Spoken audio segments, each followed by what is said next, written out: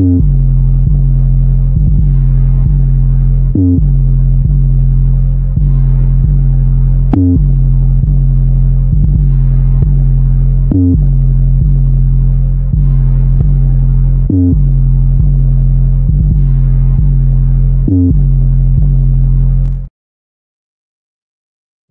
up? What's up? What's up? What's happening, beautiful people? How y'all doing out there in the Chicagoland area? It's your boy, Tony B. Welcome back to another fabulous night of Message Monday. It is great always to be amongst you all, and hopefully you all can hear me out there in Chicagoland. If you cannot, somebody give me a semblance of a message or something if you cannot hear me. Other than that, I hope everybody's week was well. I had a pretty good weekend myself, was able to spend time. Well, first of all, well, you know what? Before I get into what I've been doing, let us always, as we always do, we start off in prayer. So, Father, I thank you in Jesus' name for this night that you have made. I thank you, Lord, for your goodness. I thank you for your mercy, your compassion, and your love. I ask that you, Father, be with those who are mourning loved ones. Be with my brother Patrick as his mother has overcome a stroke. I pray that you heal her and her body, Lord. Pray for my good friend Elle in Canada, who is going to be starting chemo treatment pretty soon, pretty radical chemo. So pray for her. Pray for all of those who are dealing with cancer. Pray for all of those who have overcome cancer, Lord, that does not come out of remission, Lord, and that you have healed their bodies as well. So we thank you for this day. May you bless and strengthen us and bless the show on the night as we begin to talk about college degrees or trades. Which one is better? So we thank you and bless you. Those who are out there, I see two people. Can you let me know if you can hear me? If you can hear me, just give me a thumbs up or something out there. Great. Awesome. Outstanding. Appreciate that. So let's get into it. So our topic tonight, first of all, we're going to talk about college or trades. All right. Recently, billionaire Warren Buffett has been noted to say, I read it in Yahoo Business on Yahoo Finance, that it's not about college degrees. It's about kind of, grit and those who have the skills to do it. And I think it's way more than that. First of all, I think it's a bit deeper than that. But outside of that, hey, let's go ahead and get the conversation going. Let's talk about news. So first, last week I talked about the things that college students are up against, and what I failed to, what high school students are up against, and what I failed to mention, and Eric did bring it up, I failed to mention mental health issues for our young people as well. So I went through a lot of things that our young people are facing. That was one of the things that I left out. And so I did want to mention mental health, and not just to mention it, but just to mention that there are people who need support out there. Our young people need support mentally. And if you know them, then reach out to them. I walked to the store today. I bypassed Harold's Chicken, y'all. I didn't go to Harold's. I bypassed Harold's and went to Jewel to get some chicken wings, and I baked them myself. And but as I walked down the street, and I'm on the south side of Chicago, and I just started speaking to people as they were walking by. Hello, hey, how you doing? Just greeting them. Some responded back, some didn't respond at all. But yeah, I just started speaking to people, like, say hello, say hi, say something back. Be cordial to people. But I think that's one thing we just don't often do. We just don't speak to each other or say hi, or we're always sometimes mean mugging out there. So say hi to somebody, speak to somebody, y'all. Say something generous and gentle to make somebody smile on today. So as we go there, so check it out. So I used the scripture last week, Proverbs 22:6, train up a child in the way that they should go. So when they are older, they will not depart from it. Today, as we talk about college, as we talk about trade schools, Ecclesiastes 3:13, every man should eat and drink and enjoy the good of all his labor. It is a gift from God. So whether you take the college route or the trade route, it doesn't matter. If you're laboring, and whatsoever you do it heartily as to the Lord and not unto men. That's Colossians 3:23. So I wanted to lay the foundation, at least for the context of tonight's discussion. Does college matter? Before we get into that, I've got to share some news. I'm not sure if you all have heard about this case. Young man, 27 years old, military veteran, staying in Virginia. At 3 o'clock a.m. in the morning, 3 a.m., Tyler Chase Butler heard kicking at his back door, not his front door, his back door. And of course, he grabs his firearm. He ends up killing an 18-year-old white kid, injures another kid. Another kid gets away. He was arrested. He has been incarcerated since May for killing this 18-year-old. And all of these kids were white, killing this 18-year-old, wounding another one. He's just been charged. No bond. Dude has no criminal background. They gave him zero bond. He's a military veteran. The kids say that, well, I shouldn't say kids. Like when you're 18, you're grown. So I don't know how old the two other teenagers were, but this one young man who got killed was 18. Nobody should be playing knock-knock games at 3 a.m. in the morning. Let me make that clear. Now, I'm not justifying a shooting, but if you're protecting your family, you kick on my door at 3 o'clock in the morning like you trying to come in, yeah, you probably going, you're going to catch something. I don't know what you're going to catch, but you're going to catch something. But they were not knocking at the front door, y'all. No kid. I'm from the projects, Ida B. Wells. We used to do this all the time during the day. Tyler Butler Chase, and y'all Google his name and look him up because everybody should be following this case. His dad has been speaking out. They were like he was in fear of safety for himself and his mother who was home. So he grabs his firearm. Now, I don't know if these young men were running away or not. That I don't know. That is not clear. I'm not sure if there's video from the house that is out there. I know there's video that showed them outside. But allegedly, these young men were at this person's back door. Nobody plays knock-knock games for TikTok at back doors. Knock-knock games always take place at the front door. Tyler Chase Butler has been incarcerated with no bond, charged with murder, charged with malicious use of a firearm, and committing a felony for defending his home at 3 a.m. in the morning. So, now when it comes to our kids, everybody got something to say. Parents aren't doing a good job. These kids are wayward. They're downtown Chicago, twerking on buses. They're twerking on police cars. There is absolutely zero accountability for these three white kids who were out at night kicking in somebody's door to what I believe was to commit robbery. They've been talking about break-ins in the neighborhood. So this young man, 27 years old, has been incarcerated. Again, military veteran, no prior record, has been locked up, charged with murder with no bond. Now we know we're gonna get into when we start talking about Virginia, because we talking about the Downs, we're talking about the old South, we're talking about Confederate flags and all this other stuff that's going on. But so why is it in this case? Now there was a man in Texas who was charged with killing a 10-year-old or 11-year-old. Now that dude should be arrested because he ran out of his house, chased those kids down, and started firing and killed this boy. That's a little bit crazy.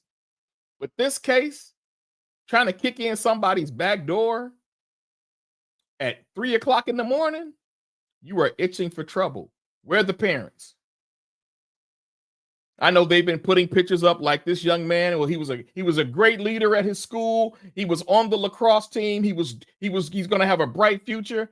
Yeah, but he was also out at 3 o'clock in the morning, allegedly trying to break into somebody's house. That's a problem. What happened to where are the Second Amendment rights now?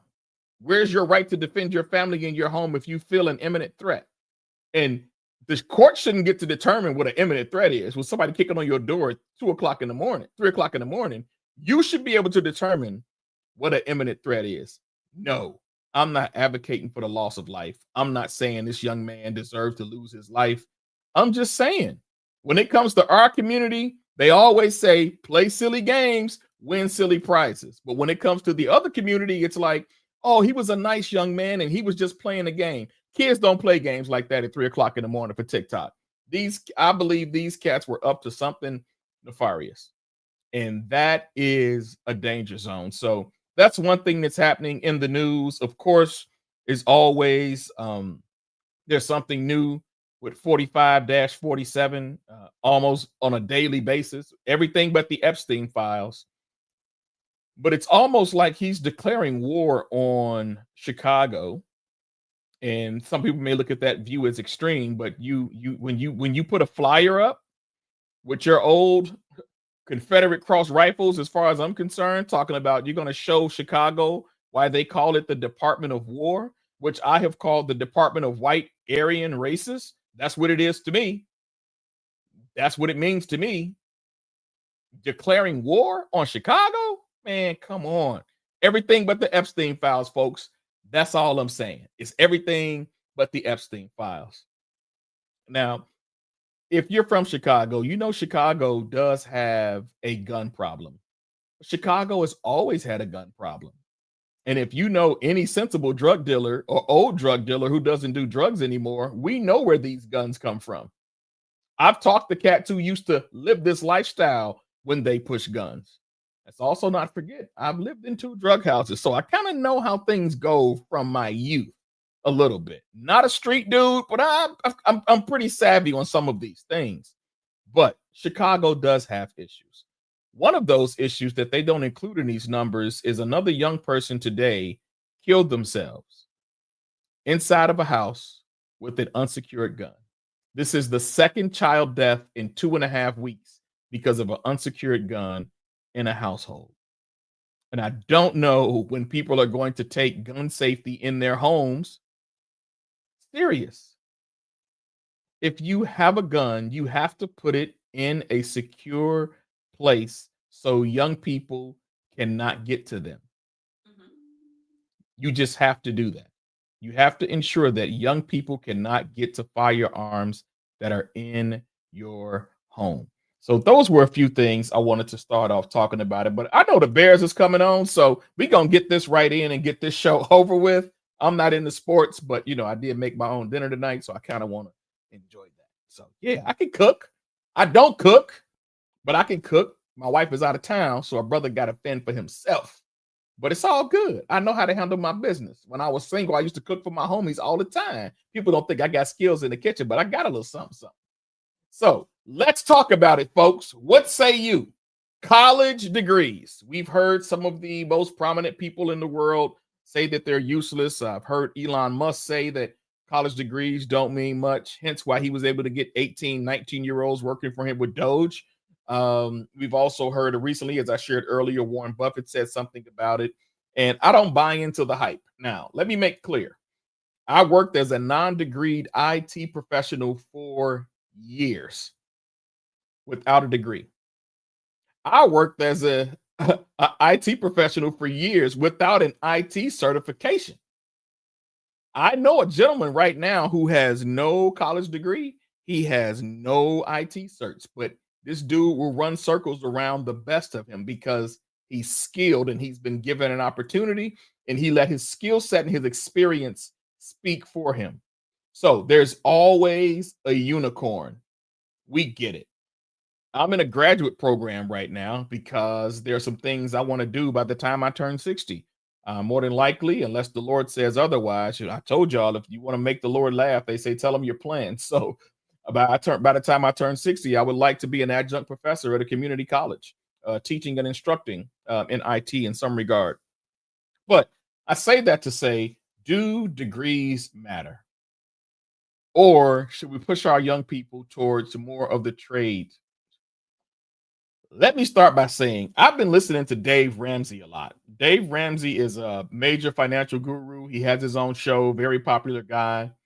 Dave Ramsey is big on students going to state colleges. He is not big on parents allowing their young people to go away to college if you cannot afford it. The reason he says it is there's whatever college you go to, more than likely it's going to have your degree field in your state. Now, there's rare occasions. If you're trying to be a marine biologist, baby, you're gonna have to go some other places. Period. So, but he said for the most part, and I'm paraphrasing him, for the most part, you should be able to go to school in your own state. It's a difference between $15,000 to $30,000. And that also depends on if you go to a private school in your state or a public school. If it's private, it's going to be a wrap anyway. But if it's public, then there are definitely cheaper options for you to attend a public institution. So, do degrees matter? When I started, when I was working for a charter school network here in Chicago, the young people would ask me, Mr. Briscoe, how much money do you make? And I would say, I'm not telling you how much money I make. What I can tell you is that if I had a college degree, I could put $20,000 on top of it. Yeah, but that don't tell me how much money you make because it doesn't matter. I'm just letting you know because I don't have that degree. I don't have $20,000 sitting on top of that. And so taking the college journey for me was long. And I tell people I started like 2011, and that's not accurate. So I started college in 20. I started college. I signed up for school in the spring, right after 90, in the spring for the spring semester that starts in January at Harold Washington. I did a couple of classes and I got called up after 9/11. So I was gone. So I did go to the College of Lake County and take some courses out there while I was recalled. My recall duty, I was able to serve in Great Lakes. I say this, that because I was always a hard worker and because I've always led with heart, that always got me places, period. It was never about education when I stepped into a room. My first IT job as a consultant, I sat down for a job interview and the guy looked at me. His name is Keith Unchuck. I reach out to Keith every now and then to this day. This was 1997 in December. I know this by heart because our company, he got shut down by the federal government and I was looking for a job. So I interviewed with this consulting firm. Keith Unchuck looked at me. He's like, dude, I would not hire a person like you. You have no IT certification. I didn't know the IT certification was. You have no IT certifications. And also, you don't have a college degree. And so I went to say, well, thank you for your time. He said, oh, no, no, no, no, no. He said, you have what my techs don't have. You have personality. You have customer service skills. I can teach you to be technical. I can never teach you to have personality. And so when he said that, I got really excited. And so there did come a time where that company was laying off. Let me see what Antoine says here. He says, I think it depends on what you're doing. I'm not a big advocate for burying yourself in debt forever, but college provides good experiences. My degree helped me get into CPS after being downsized from a .com. Absolutely. I agree with you 100%, Antoine. There is, and that's my entire point. People, I believe, have to go and figure it out for themselves, but I would never say that a college degree is useless. I would never do that as a professional. So eventually this company started laying people off. And so they were like, well, Tony, you're gonna lose your job, man, because you don't have any IT certifications. Because again, when you're in this game and you don't have a mentor, we get into that. That's a story for a whole nother time. But anyway, they started laying off the techs who had degrees and had IT certifications. And we kind of all billed at the same amount. So it wasn't about that. So they started questioning, well, why does Tony get to keep his job and he doesn't have a degree or certifications? And it came back, oh, the clients requested Tony because they like how he talks to them. So we downplay soft skills a lot. Don't downplay soft skills at all. And this is why I've always led with heart. You can ask anybody, check my track record at Noble. I didn't care if people had degrees or not. I believe America was designed, it's just my belief. I believe America was designed that if you were a hard worker and could get the job done and you had a work ethic, that I will teach you everything else you need to know skill wise. You have to remember, colleges weren't really around in our country until they were built.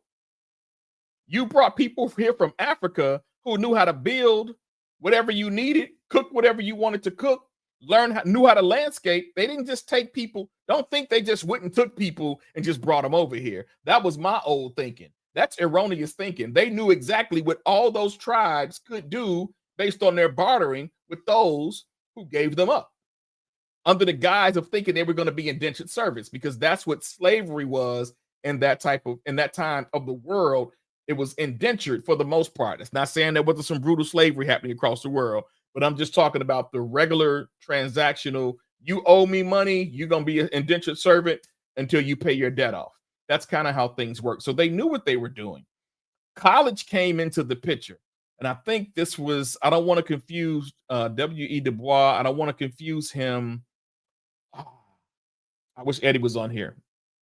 But it was along the lines of this. And I think it was the miseducation of the Negro that talked about that after slavery ended, the work of slavery, which was good, got confused with the bondage of slavery that we had to deal with and the conditions that we were put into those things. So he was saying all African Americans then wanted to assimilate to go to college, because after that point, now you have to be educated in order to be along with the status of the time. And so it was believed after that the only way to really compete with white people after slavery was to go and get a college education.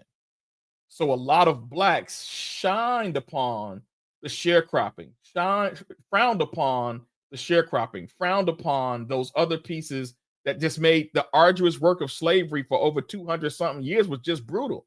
Folks wasn't feeling that anymore. So they wanted to do other things. And so does college matter? Absolutely. I believe yes. Tony, how can you say that when you were working in the IT field and you were doing pretty good in the IT field without a certification and without a college degree? Well, when I graduated college, at my job, what I spoke to the kids in 2010 all the way up to 2018 was that it don't matter how much money I make. If I had a degree, I could put 20 stacks on top of it. When I got my college degree, my position shifted to a senior level role, and I was given a $20,000 pay increase, $25,000 pay increase. That's what I wanted the young people to see. So college degrees do have a benefit. They do have a gateway and an entry for you.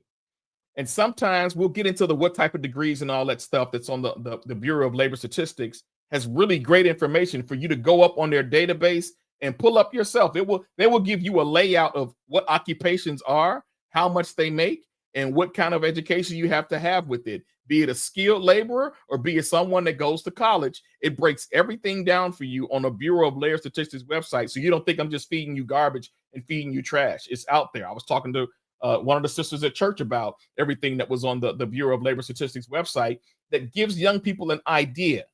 Hey, if you want to go to school, it depends on what school you want to go to. There are young ladies right now who are going to beauty school. They graduated high school. They're in cosmetology school right now. Do they need to have a college degree? Absolutely not. Well, then if they want to own their own shop one day, how will they do that? Well, they can go to school to take some business classes, but that's not really going to give them the advantage if they want to own their own shop. Being mentored by somebody who owns a shop, like my sister Karima, that will give you a good indication of how to then take your trade as a stylist and move that into your own salon where people are paying you to be inside of your salon for a booth and things like that. So there are things you can learn. So I love when our young people decide, I'm not going to spend this money on college. My parents cannot afford to pay for me to go to college. Hey, my parents can't afford for me to go to college, but that's not what I want to do. I want to go be a journeyman. I want to be part of a trade union. I want to go and become a plumber. So I could, in 20 years, I can be a master plumber, building my own wealth and doing my own things. And so those are the kind of things that really determine college. Now, one thing we don't talk about with our young people, and I mean young adults, I don't just mean young people, because rarely do people know what they want to do when they're young, right? People change their minds. I talk to people all the time who, man, I went to school for this, I went to school for this, and I had to stay another fifth year because I changed my major a third time.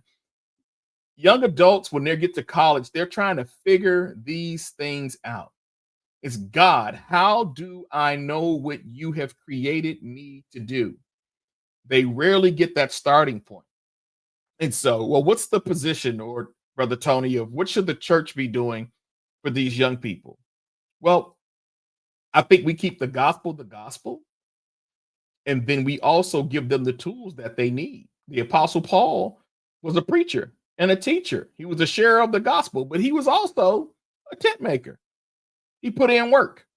And so we know that work is going to always be there. I think with our young people, it's drawing them to see, what has God called you to do?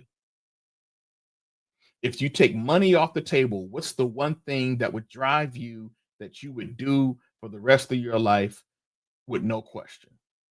Most people know me. If I could podcast all day, get paid, talk about issues that are happening in community, in public policy and things like that, and I could focus all my energy on that, I would do it in 2.5 seconds with no problem. I want to be in front of young people all day, encouraging, inspiring, motivating, giving them hope. I know somebody gonna be like, well, why are you not doing it? I do it. I just don't do it in ways that are grandeur, right? I don't have 1 million followers. I don't have 20,000 subscribers. That's just not how I get it done. But I inspire young people when I come in contact with them. 3 consecutive weeks, a parent has stopped me to say, I thank you for pouring into my child when they were young. And then I see the child after that, and they was like, man, Brother Tony, you mean so much to me. You really mean so much to me. I thank you for what you did for us when we were young. And I got stopped on this past Sunday. And I'm not tooting my own horn. I'm not looking for accolades, but somebody was like, hey man, thank you for pouring into my daughter. I appreciate that. Thank you for pouring into my child. Thank you for taking time and making time to be there for my child. And I appreciate you, because you can reach her in ways I can't reach her. I'm grateful for you. So that's how I live out my purpose. And this is what I'm talking to young people about. I got a young person who is an attorney, making bank, but she's not complete. She's trying to figure out what she's going to do, because we don't spend a lot of time talking about purpose. That's why on Sunday mornings, I told my man Lionel Harris in on 1690 on WVON on Sunday mornings from 7 to 9 o'clock. Except when I got Sunday school at 8 o'clock, so I typically drop off when he comes on at 7:15. But he spends a lot of time talking about purpose, because people have lived unfulfilled lives, wealthy, rich, loaded, not a care in the world, but they feel empty because they don't feel like they're giving back to society. They don't feel like they're giving back to their community. And that's the key. So when it comes to college, part of my thought is, you have to understand, we say go to school and do what you want to do. Well, I talked to my people in Nigeria when I was in Dallas, Texas at a cybersecurity conference, and they was like, we would never allow our kids to do that. Y'all Americans got stuff screwed up, especially you Black Americans. That's just how they talk about us. I'm just gonna be real. At least the particular ones I was with, some of them were just, they kind of separate themselves from us, and they explain why.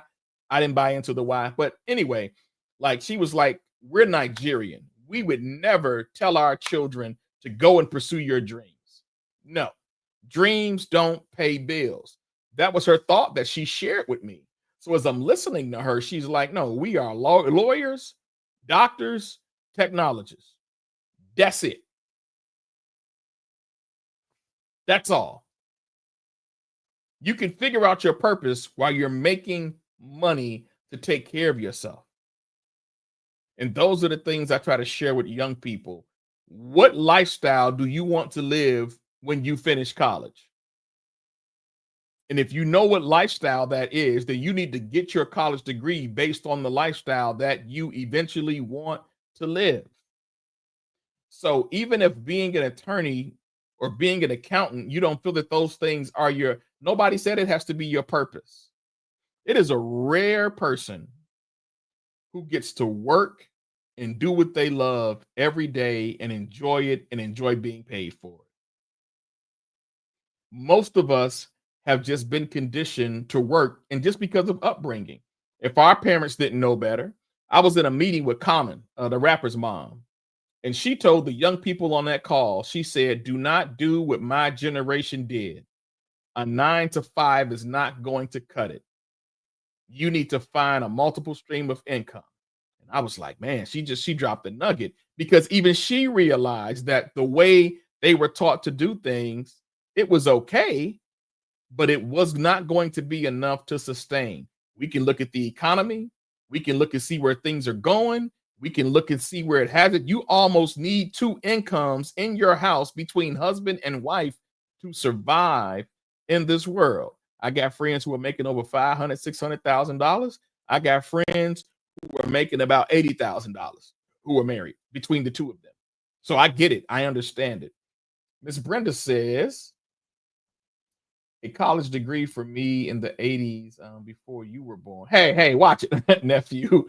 Has not propelled me along my career in IT. I attribute it to a lot of being a woman without a mentor and being a first generation grad. It did help me enter the industries from banking, education to government, and now healthcare. My interpersonal communication skills were my gifts that a degree cannot match, even with my IT certifications. Absolutely, auntie. That's pretty queen, y'all. But we were in Ghana together. That's pretty queen. I think you are absolutely right. So how do we shift our young people going off to college and wanting to major in certain things? I think we do have to start with, do you need to go? Can you afford to go away to school without taking out a loan? And I meant to dig up information. Everybody, every parent out there, pay attention to what this administration has done with all college and federal loans. They have put a lifetime cap on them. Please do the research on your own. Look at what this administration is doing to loans and federal loans. They are capping them like crazy. This is factual information. I'm not making this stuff up. Look it up for yourself. So when you talk about voting against your own interests, just think about it. People are like, well, you shouldn't be able to take out loans that you can't afford to pay back. If you can't afford to pay it back, don't take the loan out. And people act like we live in this perfect society where everything goes well for everyone. Do you know that one diagnosis of cancer can set your whole budget back for years? So just pay attention to what's happening, because there's a major shift happening. So college jobs, the average cost of college rounds about $30,000 a year, depending on where you go. So you sum that up to around $120,000. If your parents are making a certain amount of money, you're not going to get a Pell Grant.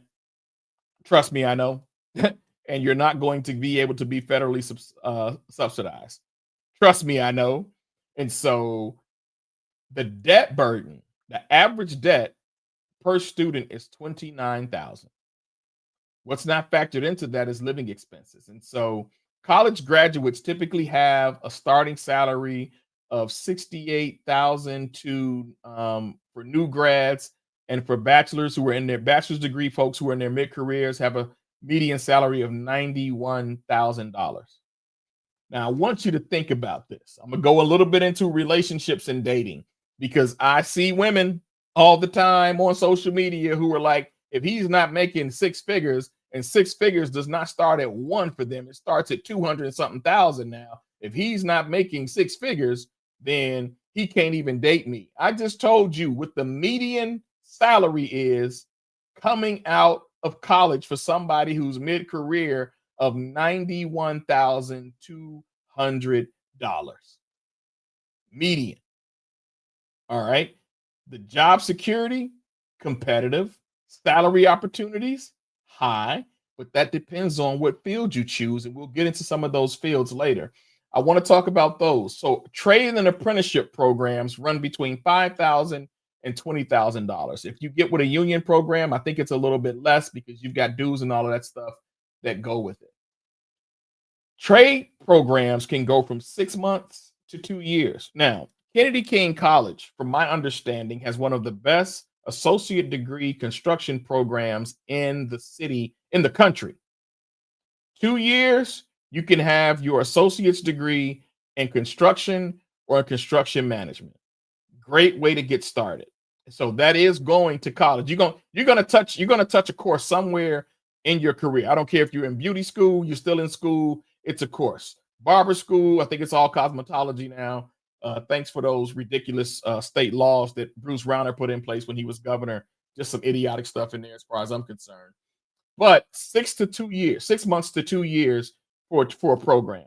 Now, for those who want to be in cybersecurity, I've talked about this before. I tell people, do not spend a dime on cybersecurity training until you have done research. Don't spend the dime. Don't run out and get your master's degree in cybersecurity. Do not run out and do it. It is a very expansive field. And though the organization that I work with, we just got a major blow from this administration. I mean, I can't talk about it, but I tell people, like, when you sit in my seat, you understand my issues with this administration and the things that it's doing that are counterproductive to Black people. If you don't sit in my seat, if you don't work with the young people I work with, if you don't work with the minorities that I work with, you will never understand my issues with this administration and its policymaking and the things that it's doing. It has cost my people money and opportunity.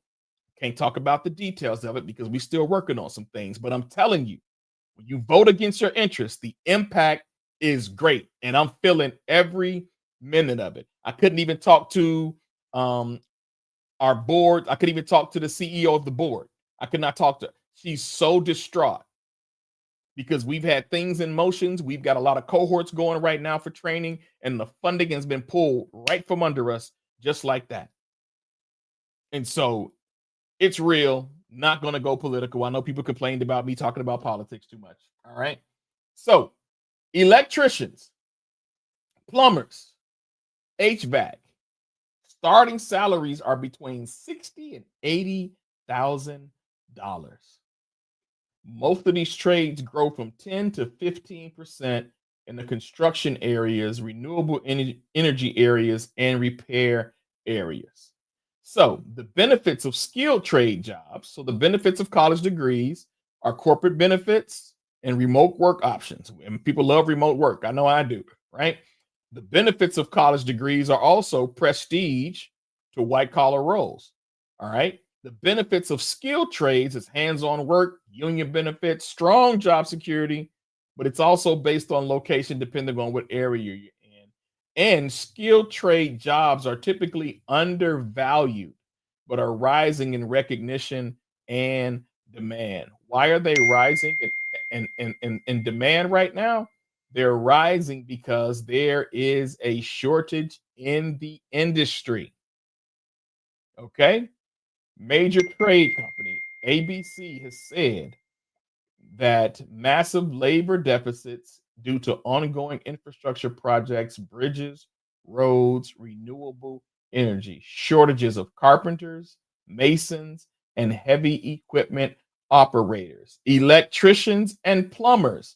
One of the most critical shortages. Retirement rates are high, and new apprentices are not keeping pace. Driven by the demand of residential, commercial development, and renewable energy and solar wind installation. We know what this administration is doing to solar winds. We know what they're doing now to electronic vehicles. And so the U.S. has an estimated shortage of 2.1 million manufacturing jobs by 2030. That is from Deloitte. So these jobs, these roles are being hard to fill because it's the thing. When blacks were given opportunity, it's because trades were in schools. But then you didn't want blacks in the unions. So then it's like there's always a fight, right? All right, cool. I don't have a degree. Great. I'll get a trade. Oh, now I got to be in the union. Well, the union won't let me in. Okay, now I got to get a bachelor's. Nope, not good enough. You need a master's. Okay, now I got to get a master's degree. Okay, you've got a master's degree, but it's not necessarily in the field that we need it to be in. It's like, can we just get good people who have a great work ethic and put them to work and let them do what they need to do while they have that opportunity and they're in that role? So those are some of the things. Now, let's get down to it, because the nitty gritty is, at the end of the day, parents are putting themselves financially in harm's way by allowing their young people to go off to school when parents can't afford it. And I know we want all of our young people to live their dreams. I am not sitting here as that person. Before my daughter got her scholarship, she was going to be going to a local school. I'm grateful that the Lord opened up a door. I'm grateful He opened up an opportunity for her to get a scholarship, in-state scholarship outside of the state of Illinois. I am grateful for it. But had that not happened, she would be going to school here. Do I think she'd be advancing like she is? I don't think so, because I think it would have been heartbreaking, right? And parents, it's my responsibility as the head of house. It's my responsibility. I did the best that I could with what I had to put money aside for her for college. I did. Was it a lot of money? Nope. Was it a little bit that could help? Yep. But I did the best that I could do. Now, if she'd have wanted to go to a state school, wouldn't have been a difference. I'd have made a way. Like we know how to hustle out here in these streets for our young people. But parents are putting themselves in a grave amount of debt. I will never say that college does not matter. My opinion on college: I was not a great high school student, fam. I graduated high school with 4 D's. Four. 4 D's. And I worked hard, tried hard, pushed myself. High school was just not great for me for a whole lot of reasons. Not going to get into all of that stuff tonight. But I didn't think I was college material. As a matter of fact, when I went to enroll in Harold Washington after high school, the lady behind the counter treated me so bad, I walked away and never went back. And she was a black lady. I'm just going to be honest. It's something about black women seeing young black men. They have a real dispensation against us. I will stand on that business all day. There's something about whether we are all categorized in the same category. So I remember being 18 years old, going to sign up for junior college after I finished high school. And I didn't know to bring anything with me. I didn't know to take, transcripts or all this other stuff. I just didn't know. And instead of her telling me what I needed to do, the woman just started yelling at me. You can't come in here unprepared. You need to have your stuff together. And I walked out of here in Washington and I never went back. And then when I did go back, when I went back to finish up my associates, there's Charles Sweeney, I think his name is. Man, this dude, I went back to finish my associates, and again, not harping on black women. Y'all know I love black women. I'm just talking about the ones that I encountered. So don't nobody come for me talking about black women. Love black women. But there's something about a disposition that some of them have towards young black men. And I was an adult at this time, and I went into Harold Washington. I said, "Yeah, I want to enroll in school and finish up, my associate's degree." And this woman was like, "Well, I don't know what to do with you. Go sit over there and wait." And then she called me back up, and she was like, "I don't know what to do with you," but there was a brother sitting next to her, and he was like, "Hey, let me holler at the young man. Just put him under me." Charles Sweeney said, "Bro, you need 16 credit hours. This is what we gonna do. I'm putting you in 3 classes, and I'm gonna put you in another 3 classes next semester. You don't come back in here and talk to nobody but me. It's time for you to get this done." I never forgot that dude's name to this day, because that brother, not only did he help me in a situation where he saw I was not being taken care of customer service wise, he also pushed me to stop playing around and knock this associate's degree out. So I appreciated him for that. And that woman, I remember her rolling her eyes at me when I got up and walked out. And I was just like, whatever. Charles told me to come back and see him directly. And when I went in there, anybody who wanted to see me, I said, "Mr. Sweeney told me to come back and talk to him directly." And that's what I always did, because that dude was there not for a job. He was there for students. He didn't care how old you were. He didn't care how long you had been. That dude was there for students. Customer service is a lost art. And when they had a new chancellor, that woman came in there and turned customer service around at Harold Washington. So I say this to say, my personal opinion, I think everybody, if they want to go to college, you need to go figure it out for yourself. Miss Arnitra asked a question. She said, are the trades more open today for blacks to enter and do well? I would say yes. There's a company called EDDR. They are doing great with construction. They have people that they have corporations that they have partnered with. The issue nowadays, and that's a great question that you asked, Arnitra. I'm sorry, Dr. Gilliam. The issue that you bring up, you know what the problem is? It's this generation of young people. Weed. You cannot allow marijuana to block you from being successful. I'm sorry. I know it's legal, but I'm telling you, I think this thing was legalized to destroy our people on a greater level. I think it was legalized to really destroy our people on a greater level.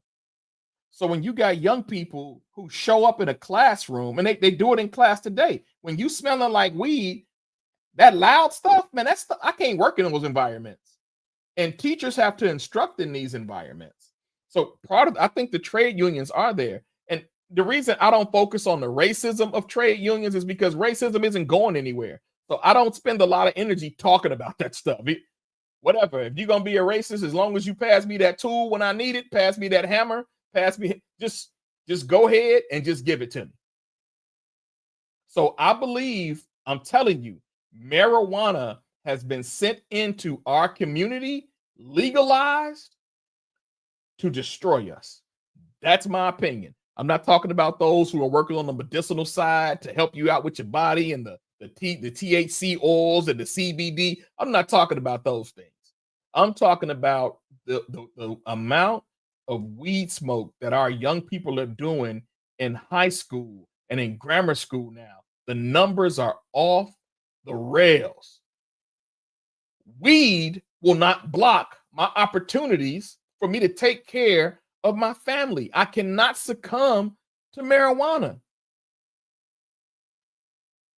If we can get this, if we can see that legalizing marijuana, there are going to be people who are focused on the business side of it. I get it.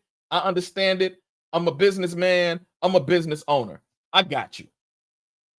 I can't get into that line of work because I don't see money. I see the decimation of a people. I see the culling of Black people in this country. That's what I see. So when you smoking on that marijuana, it is not going to be for the benefit of you. The younger you start smoking that stuff, the more damage you do to your mindset and your psyche over time. So now you can't even have a conversation without getting angry unless you smoking on weed. But when it comes to job opportunities, if you have to show up to your job clean, show up clean. Now, a lot of companies are getting rid of, I think because of the marijuana policy in the country now, at least in Illinois, I think a lot of companies are getting rid of drug tests. Now, the only reason I never care for drug tests at companies is because the only time you do it is during hiring. If you're not testing them for drugs after you hire them, it doesn't make sense to test them for drugs at all. That's my opinion. But if our young people can get a hold of themselves and understand that marijuana is a crutch for our people. As much as I listened to Snoop Dogg back in day, rolling down the street, smoking Indo, sipping on gin and juice, lay back. No, I was not rolling down the street smoking Indo or sipping on gin and juice in the car. That's not what we did.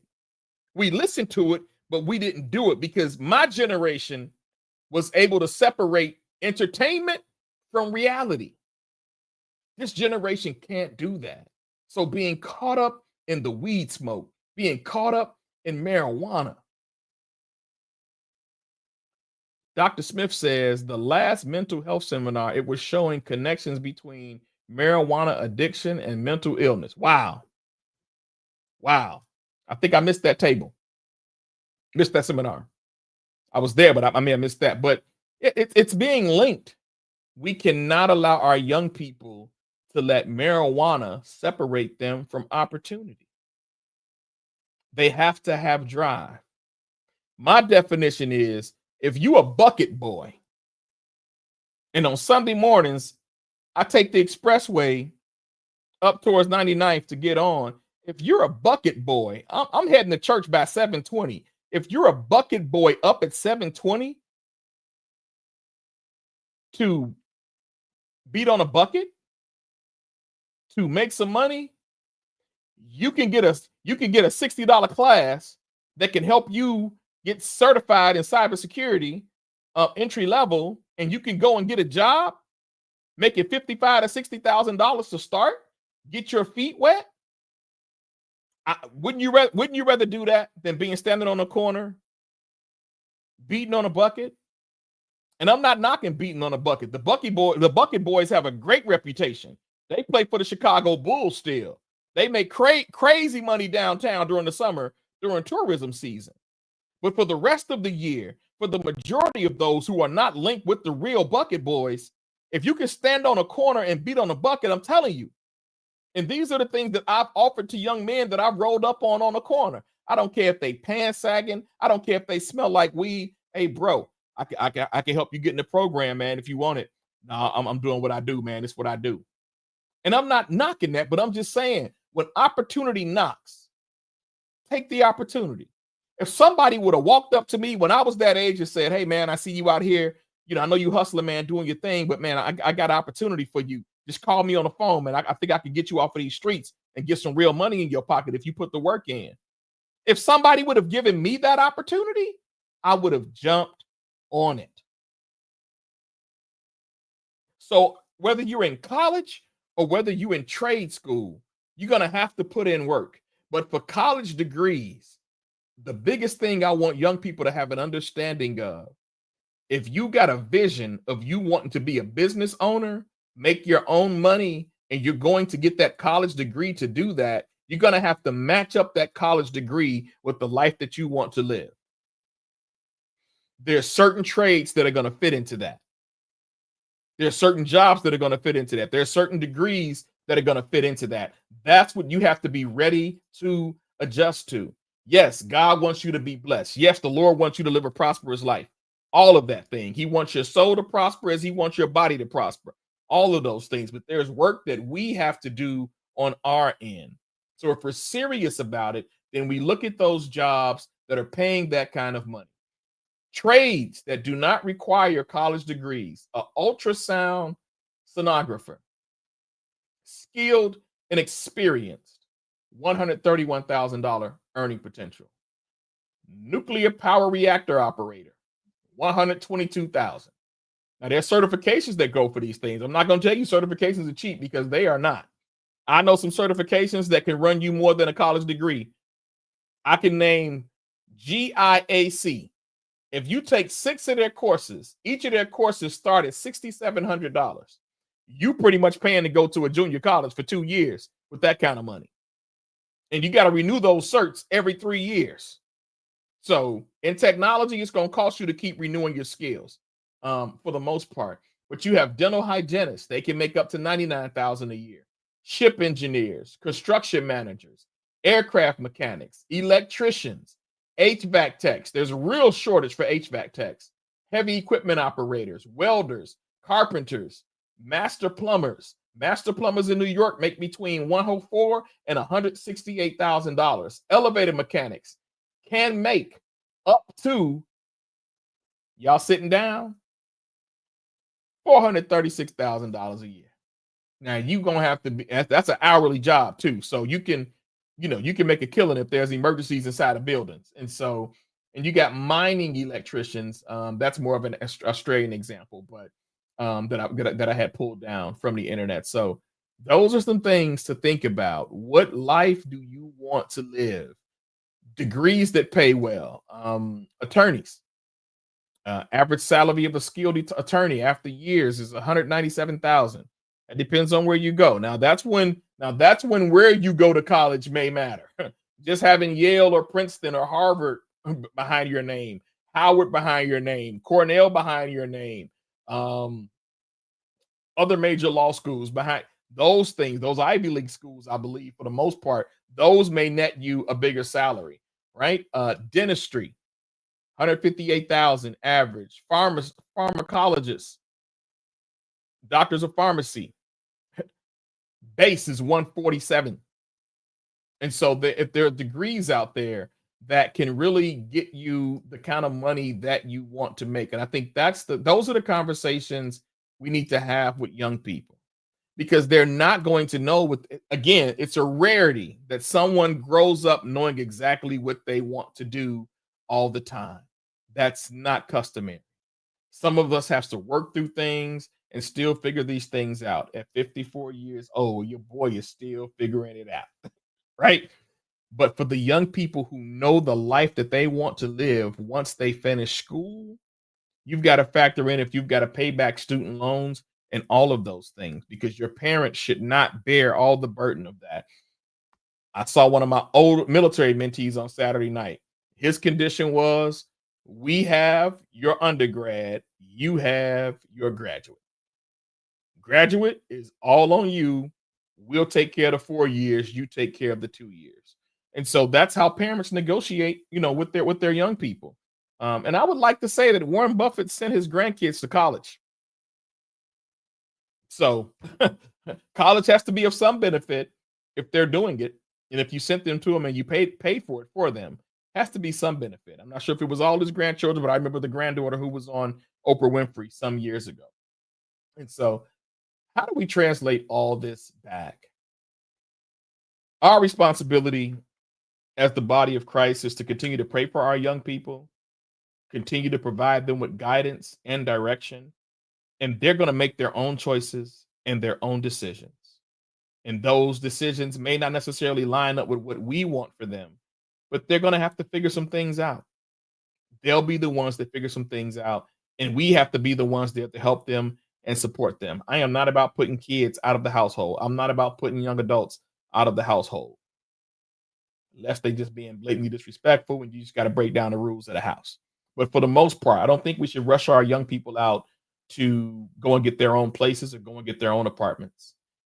Let that be a decision that they want. My role will be to say, baby girl, stay home, save as much money as you can, get a job, work for a while. And if you decide to go and pursue other things, let's make sure you've got a good nest egg saved up to do that. I'm not going to charge you rent while you're here. I may make you pay your own cell phone bill, but I'm not going to charge you rent while you're under my roof. They're just things I just don't think make sense. And that's just me. And yeah, I'm a daddy's girl. I love my baby girl. I'll do anything for my baby girl. Everybody knows that already. So she got me wrapped around her finger. Yes, she does. But I know what it's like to grow up without a parent who didn't have you wrapped around their finger. And that's probably why, And so I hope this helped. I hope you could share it with someone to give them some ideas. But when it comes to calling and purpose, you've got to sit before God. Our young people have to sit before the Lord, and don't expect this rainbow in the sky to speak out and say, I want you to do this and I want you to do that. No, labor before him in prayer, labor before him in his word. I think it's Proverbs 16:3. It says, commit your works unto the Lord and your thoughts will be established. Commit your works unto the Lord, young people, and your thoughts will be established. Whatever you do, whatsoever you do, do it heartily as to the Lord and not unto men. Why do you think teachers can teach for so long? Why do you think people can stay in the education system for so long? Because their teaching is a calling. Yes, it's part of profession, but trust me, being a teacher, being an educator, working with young people at that level every day with everything that we see, from pregnancy to STDs to mental health to disease to death to graduations to celebrations to funerals to hospital visits to helping them celebrate. We educators do it all. I don't care how much an educator makes. They're not there for the paycheck. Not the real ones. The real ones are there because they feel passionate about young people. And that's why they keep doing it. Help them find out purpose. Tell them to turn on my man Lionel Harris on Sunday mornings on WVON 1690 AM, 7:15 to 8:55. That brother does a lot of work talking about purpose, intentions, goals, 48 laws of power. He does a lot of talking about things. I don't think 48 laws of power are one, but I can't think of what it is. But he talks a lot about purpose. He's so good at what he does. If you don't believe in something higher than yourself, he won't even take you for a client. You know, he's a follower of Yeshua, but he will take no client who's an atheist, who doesn't believe in anything other than themselves. He's turned down hundreds of thousands of dollars because he has to work with people that feel connected to something that's greater than them. Young people just need an opportunity. And so, with that being said, I pray that you have a blessed week. Go Chicago Bears. May the peace of God, which passes all understanding, guard your hearts and your minds in Christ Jesus. Thank y'all for tuning in, family. God bless you. Love ya.